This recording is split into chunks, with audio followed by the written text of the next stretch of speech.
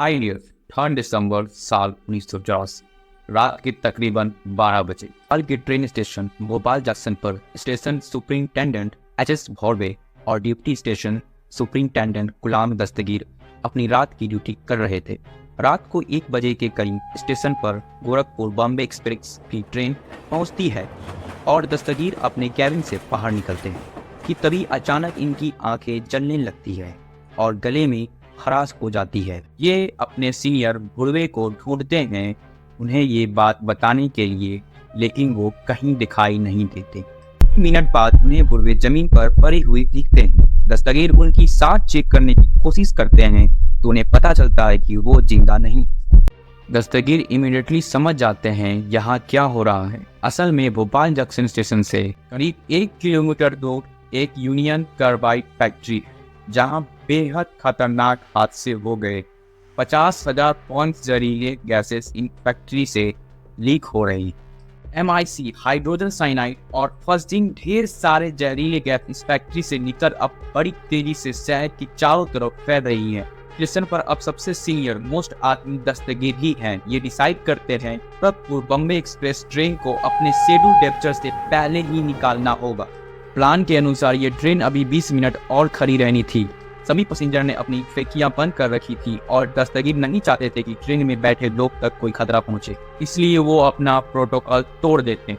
Station staff से कहते हैं ट्रेन को टेम्परेचर के लिए क्लियर किया जाए और वो इस प्रोटोकॉल को तोड़ने की पूरी जिम्मेदारी खुद लेते हैं अपने सर पर। इसी बीच देखने को मिलता है कि स्टेशन पर लोगों की भीड़ लगी जा रही है। जब यह हादसा हुआ ज्यादातर लोग अपने घरों में रात को सो रहे थे। लोगों को सांस लेने में तकलीफ होने लगी तो कुछ लोगों जिनके पास अपनी गाड़ियां थी वो गाड़ियों में बैठे और शहर से दूर जाने लगे। दूसरी तरफ जिन लोगों के पास अपनी गाड़ियां नहीं थी उनमें से बहुत से लोग स्टेशन पर आकर इकट्ठे होने लगे। हर जंक्शन पे भीड़ धीरे धीरे बढ़ती जा रही थी। चारों तरफ लोग खांस रहे थे, रो रहे थे और उल्टियां भी कर रहे थे। दस्तगीर एक प्लेटफॉर्म से दूसरे प्लेटफॉर्म पर भाग रहे लोग की जिस तरह मदद हो सके मदद करने की कोशिश। ये आसपास के स्टेशन पे एक SOS कॉल करते हैं जिसके चलते 4 एम्बुलेंस, पैरामेडिक्स और रेलवे डॉक्टर्स लोगों की मदद के लिए जुड़ जाते हैं। इसके बावजूद इस जहरीली गैस से बचना बहुत मुश्किल था।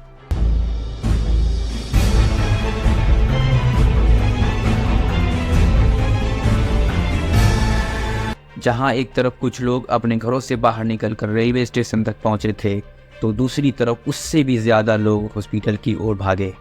जाहिर सी बात है, रात को सोते सोते अगर आपकी आंख जलने लगे, सांस लेने में तकलीफ हो तो आप हॉस्पिटल जाओगे। लेकिन प्रॉब्लम ये थी ना तो रेलवे डॉक्टर को ना ही हॉस्पिटल के डॉक्टर को पता था यहाँ क्या हो रहा है। उन्होंने ऐसा सीटर लोगों में पहले कभी नहीं देखा। वो नहीं जानते थे लोगों को क्या बीमारी हो रखी है और उसके पीछे क्या कारण। यूनियन कार्बाइड के फैक्ट्री से तकरीबन 3 किलोमीटर दूर था भोपाल का हमीदिया हॉस्पिटल। दिनों इस हॉस्पिटल में करीब 1200 बेड्स की कैपेसिटी हुआ करती थी। के करीब 1:15 बजे इस हॉस्पिटल में पहला पेशेंट पहुंचता है जो कंप्लेन करता है कि उसकी आंखें में इरिटेशन हो रही है। इसके सिर्फ 5 मिनट बाद 1000 से ज़्यादा लोग की भीड़ लग जाती है इस हॉस्पिटल में। कुछ डॉक्टर इस यूनियन कार्बाइड फैक्ट्री की कंपनी से पता करने की कोशिश करते हैं क्या हुआ है, लेकिन वहां से उन्हें गलत इन्फॉर्मेशन मिलती है। कंपनी के मेडिकल ऑफिसर एंडी लोया डॉक्टर को बताते हैं कि पॉइजन नहीं है, पेशेंट की आंखों में बस गीली पट्टी बांध दो, उससे सब ठीक हो जाएगा। इस बीच सुपरिंटेंडेंट ऑफ पुलिस सौराजपुरी कंट्रोल रूम में जाते हैं और देखते हैं कि उनके सारे स्टाफ जोर जोर से खांस रहे हैं और अपनी आंखें मल रहे हैं। समय था रात के 1:25। वो इस कार्बाइड की फैक्ट्री में फोन लगाते हैं। 2 फोन कॉल पर उनका जवाब मिलता है एवरीथिंग इज ओके, सब ठीक है। जब वो तीसरी बार फोन लगाते हैं तो उनका जवाब आता है हमें नहीं पता यहाँ क्या हो रहा है सर। रात को 2:10 हॉस्पिटल में मरीजों की संख्या 4000 के करीब हो चुकी थी। भोपाल जंक्शन स्टेशन पर अपनी अलग ही हड़बड़ी मची हुई थी। दस्तगीर गोरखपुर बॉम्बे एक्सप्रेस को स्टेशन से रवाना कर चुके थे, लेकिन अब लोगों की मदद करना मुश्किल होता जा रहा था। इन्हें बाद में पता लगता है कि इनके सीनियर एच.से. भुरवे एक दूसरी ट्रेन को भोपाल से निकालने का इशारा देते हुए मारे गए। इनके सीनियर ने भी ट्रेन को कहा था कि इस प्लेटफॉर्म पर मत रुको, आगे चलते जाओ, आगे चलते जाओ। गुलाम दस्तगीर, उनकी पत्नी और उनके 4 बच्चे भोपाल के पुराने शहर में रहते थे जो कि सिर्फ 3 किलोमीटर दूर था इस यूनियन कार्बाइड की फैक्ट्री से। लेकिन दस्तगीर अपने घर वालों के बारे में सोचकर भागता नहीं है। वो स्टेशन पर डटे रहकर लोगों की मदद करता है। भी ट्रेन स्टेशन से गुजरता है उसे कहा जाता है रुको मत, आगे चलते रहो। दस्तगीर के एक कोलीग मजूर अहमद खान उन लोगों में से थे जो भोपाल से निकलने के लिए स्टेशन पहुंचते हैं। अपने पूरे परिवार के साथ स्टेशन आते हैं रात के करीब 3 बजे। इन्हें देखने को मिलता है कि दस्तगीर प्लेटफॉर्म से प्लेटफॉर्म भाग रहे हैं, लोगों को अटेंड कर रहे हैं अपने बारे में और अपने परिवार के बारे में बिना सोचे। स्टेशन और अस्पतालों में मौजूदा डॉक्टर और पैरामेडिक जहां एक तरफ पूरी कोशिश कर रहे थे लोगों की जान बचाने के लिए, वहीं दूसरी तरफ सही मायने में वो जानते नहीं थे कि इस बीमारी को ट्रीट कैसे किया जाए। ज़्यादातर डॉक्टर ने उस वक्त आंखों की जलन को ठीक करने के लिए आई ड्रॉप दे दी पेशेंट को, इन्फ्लेमेशन के लिए स्टेरॉइड दे दी और एंटीबायोटिक दे दी सेकेंडरी इन्फेक्शन प्रिवेंट करने के लिए, और पेट में जो दिक्कत थी उसके लिए एंटी एसिड दे दिए। लेकिन असली ट्रीटमेंट तो तभी की जा सकती थी जब पता चले कि ये गैस एक्चुअली में है क्या ये MIC है, फॉजिन है या कोई और हाइड्रोजन साइनाइड जैसी गैस है। डॉक्टर्स को पहले लगा कि ये एक फॉजिन है। ऐसा इसलिए हादसे एग्जैक्टली 3 साल पहले एक और हादसा हुआ था इसी यूनियन कार्बाइड फैक्ट्री में। दिसंबर साल 1981 की बात है। इस फैक्ट्री में काम करने वाले अशरफ मोहम्मद खान की मौत हुई थी फॉजिन लीक की वजह से। दूसरी तरफ कंपनी की तरफ से बोला जा रहा था कि ये MIC इससे कुछ होगा नहीं, लेकिन सिर्फ इरिटेशन होगा, तो बस गीली पट्टियां बांधो आंखों पर। वैसे MIC की वेपोराइजेशन 38 डिग्री सेल्सियस पर होती है, जो कि काफी ज्यादा टेम्परेचर है। वहीं दूसरी तरफ फॉजिन सिर्फ 8 डिग्री सेल्सियस पर वेपोराइज हो जाती है। और भोपाल में दिसंबर की ठंड थी, तो यही अज्यूम किया डॉक्टरों ने कि ये गैस फॉजिन ही होगी। को ये नहीं पता था कि जिस वक्त ये फैक्ट्री में हादसा हुआ उस वक्त टेम्परेचर 400 डिग्री सेल्सियस के करीब था।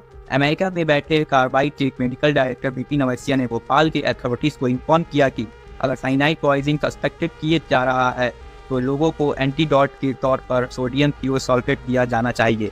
पहले किए गए एक्सपेरिमेंट में देखा गया था कि MIC जब जलती है तो वो ब्रेकडाउन हो जाती है हाइड्रोजन साइनाइड में, और हाइड्रोजन साइनाइड को यहाँ काउंटर करने के लिए सोडियम थियोसल्फेट ही एक सोल्यूशन था। लेकिन BP अवस्थिया अपने इस बयान को 10 दिन बाद भोपाल में हो रहे एक प्रेस कॉन्फ्रेंस के दौरान वापस ले लेते हैं। वो कहते हैं कि यहाँ कोई साइनाइड पॉइजनिंग नहीं हुई है, तो ये एंटीडोट यूजलेस है। कंपनी की तरफ से एक स्टेटमेंट इशू करी जाती है, MIC साइनाइड नहीं है, इसे कंफ्यूज नहीं किया जाना चाहिए।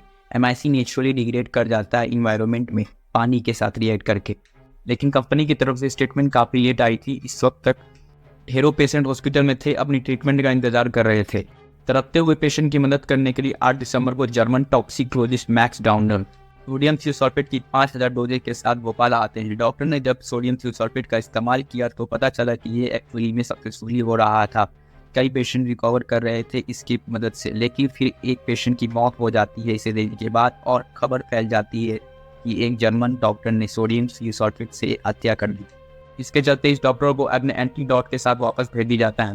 गांधी मेडिकल कॉलेज के सीनियर प्रोफेसर सोडियम थियोसल्फेट की यूजेज को रिजेक्ट कर देते हैं। डॉक्टर MN नाबू जो डायरेक्टर थे मध्य प्रदेश की हेल्थ सर्विस के उस वक्त 13 दिसंबर को इस सर्कुलर में बताते हैं, under no circumstance sell sodium thiosulphate be given unless it is correctly and conclusively prove in the laboratory that it is cyanide poisoning. इस सब के बावजूद कुछ लोग कन्विंस थे कि लोगों को साइनाइड पॉइजनिंग ही हुई है। पहला तो इसलिए क्योंकि जब सोडियम थियोसल्फेट का इस्तेमाल किया जा रहा था कुछ पेशेंट पर, तो उनमें एक पॉजिटिव इफेक्ट देखने को मिल रहा था। और दूसरा, जब भोपाल मेडिकल लीगल इंस्टीट्यूट के डायरेक्टर डॉक्टर हरीश चंद्र ने बॉडीज की ऑटोप्सी करी तो उनको साइनाइड पॉइजनिंग के लक्षण मिले। उन्होंने कहा कि हमें सब सोडियम थियोसल्फेट ही यूज करनी चाहिए। हफ्तों बाद फरवरी में जाकर ICMR भी डॉक्टर को इंस्ट्रक्टर देते हैं कि सोडियम थियोसल्फेट ही यूज करो। यहाँ सबसे बड़ा सवाल ये उठता है कि ये कंफ्यूजन क्यों पैदा हुआ। कंपनी की तरफ से भी, जिस कंपनी का ये फैक्ट्री था, उन्होंने भी इतना कंफ्यूजन क्यों पैदा किया MIC और साइनाइड को लेकर। इसका सीधा जवाब है, कंपनी एक बहुत बड़े कंपोजिशन क्लेम के लिपेट में थी। पैसा बचाने के लिए MIC के साइड इफेक्ट को कम दिखाना चाह रही थी, और सरकारी अथॉरिटी इस कंफ्यूजन में फंस गए और कई लोगों की जान गई जिनकी बचाई जा सकती थी अगर सही टाइम पे उन्हें ट्रीटमेंट दी जाती। तो गुलाम दस्तगीर, जिनकी कहानी मैंने इस वीडियो की शुरू में बताई थी, वो अपनी खुद की जान तो बचा लेते हैं, लेकिन अपनी ज़िंदगी के वो आखिरी 19 साल ज़्यादातर हॉस्पिटल में बिताते हैं। साल 2003 में उनका देहांत हो जाता। सबसे शॉकिंग चीज़ इस भोपाल गैस ट्रेजेडी की कहानी में ये कि इस हादसे के बारे में पहले ढेरों वार्निंग दी गई थी अलग अलग लोगों के द्वारा। कई लोग कह रहे थे कि इस फैक्ट्री में कभी भी हादसा हो सकता है, यहाँ पर कोई सेफ्टी का ध्यान नहीं रखा जाता। कि ना तो कंपनी की तरफ से ना ही सरकारी अथॉरिटीज़ की तरफ से कोई एक्शन लिया गया। सन 1981 में जब अशरफ खान की मौत हुई थी इस कार्बाइड की एक्सीडेंट में, इसके बाद अमेरिका से 3 स्पॉट भेजे थे कार्बाइड कंपनी, जिनका काम था इस प्लांट के सेफ्टी मेजर्स को इन्होंने टोटल में 60 से ज़्यादा हज़ार्ड्स दर्ज किए अपनी रिपोर्ट में। इस रिपोर्ट में लिखा गया कि कैसे इमरजेंसी इवैक्यूएशन प्रोसीडर्स को फैक्ट्री के आसपास रहने वाले लोगों के साथ कभी शेयर नहीं किया गया, जिसमें लिखा गया कि MIC के टैंक्स को बड़ी आसानी से कंटेमिनेट किया जा सकता है।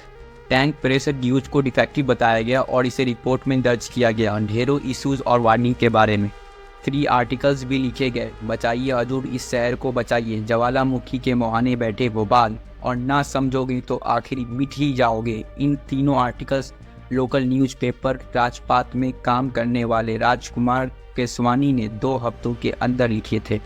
3 आर्टिकल्स भी लिखे गए। बचाइए हजूर इस शहर को बचाइए, ज्वालामुखी के मुहाने बैठे भोपाल, और ना समझोगे तो आखिर मिट ही जाओगे। इन तीनों आर्टिकल्स लोकल न्यूज़पेपर राजपात में काम करने वाले राजकुमार केसवानी ने 2 हफ्तों के अंदर लिखे थे। जर्नलिस्ट केसवानी का आखिरी आर्टिकल इस भोपाल के प्लांट पर लिखा गया 16 जून 1984 में। नेशनल न्यूज़पेपर जनसत्ता में छपा था और इसमें लिखा था कि भोपाल में कभी भी डिजास्टर देखने को मिल सकता है। इससे आपको अहमियत पता चल जानी चाहिए कि देश में आज़ाद और इंडिपेंडेंट मीडिया की कितनी ज़रूरत है।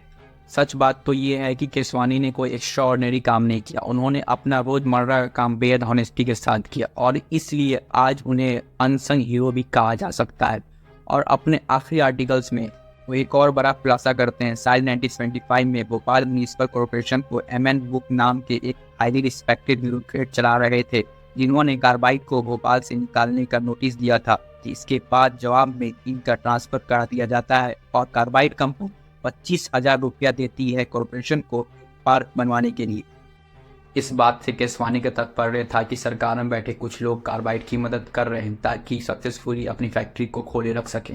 वीडियो अच्छी लगी तो सब्सक्राइब करके जाओ यार। या बहुत मेहनत लगा मेरे को बनाने, 6 से 7 दिन लगी इस वीडियो को पूरा तैयार करने में। देखो अभी बात के बच गए हैं डेढ़।